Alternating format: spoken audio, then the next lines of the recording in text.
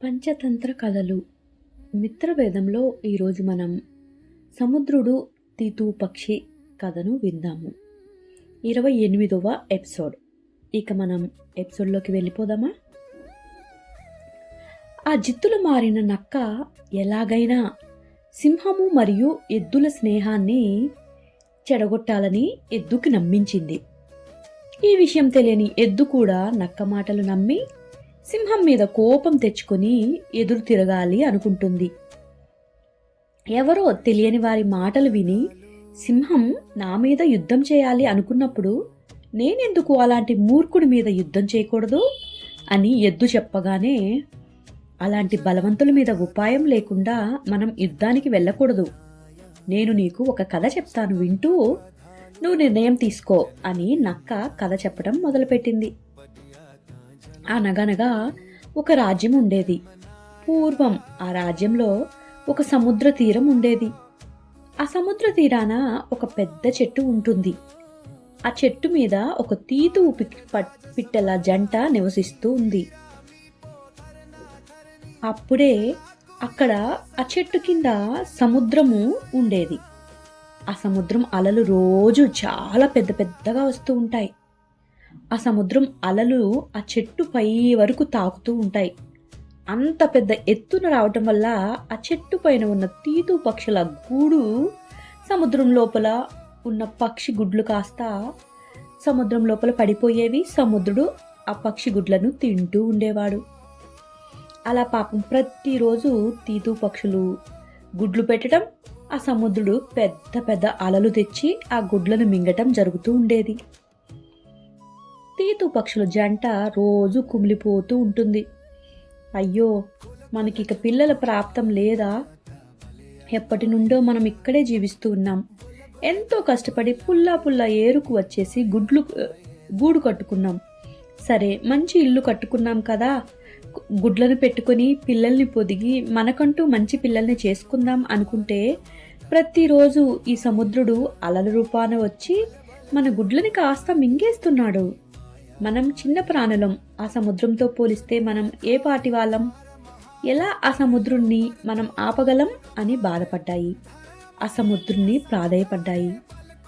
అయినా కూడా ఆ సముద్రుడు ఇంకా ఇంకా పెద్ద పెద్ద అలలతో పెద్ద ఎత్తున వచ్చి చెట్టుపై ఉన్న ఆ పక్షిగుడ్లను మింగేస్తూ ఉన్నాడు.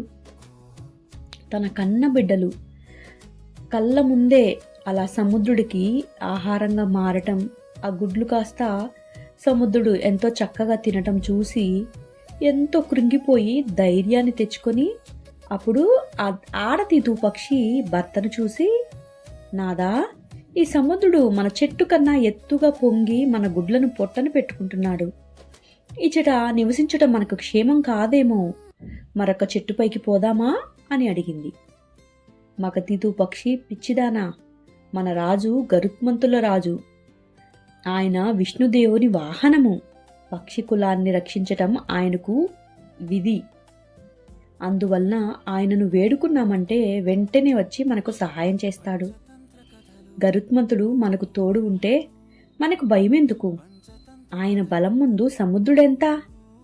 నీవేమీ విచారించకు అని చెప్పాడు. ఆడతీతు పక్షి, హితుల మాటలు విని మూర్ఖులవుతారు. కర్ర విడిచి నేలపడిన తాబేలు వలె చనిపోతారు. నీకు ఆ కథను కూడా చెప్తాను, విను అంటూ ఒక కథను చెప్పడం ప్రారంభించింది. ఆ తీతు పక్షి ఏమి కథ చెప్పింది? మరి ఈ సముద్రం నుండి వీళ్ళు వారి గుడ్లను రక్షించుకోగలిగారా? వారికి కాబోయే పిల్లల్ని వారు చూసుకోగలుగుతారా? నిజంగానే గరుత్మంతుడు వచ్చి ఈ పక్షులకి సహాయం చేస్తాడా? మరి ఆ తీతు పక్షి చెప్పిన ఆ కథను మనం నెక్స్ట్ ఎపిసోడ్లో తెలుసుకుందాం.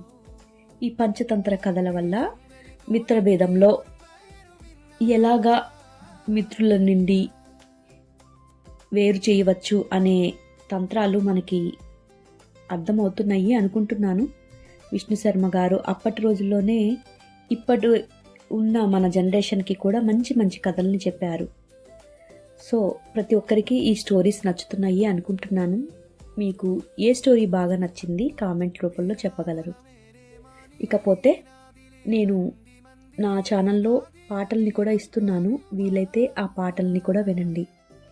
ఈ స్టోరీ వింటున్న వారికి సీను అనే పేరుతోటి సంబంధం ఉంటే, అంటే మీ రిలేషన్లో కానీ లేదంటే మీకు కానీ, నేను నిన్న సీను అనే పాట ఇచ్చాను, వీలైతే అది కూడా విని నచ్చితే మీ ఫ్రెండ్స్కి షేర్ చేయండి.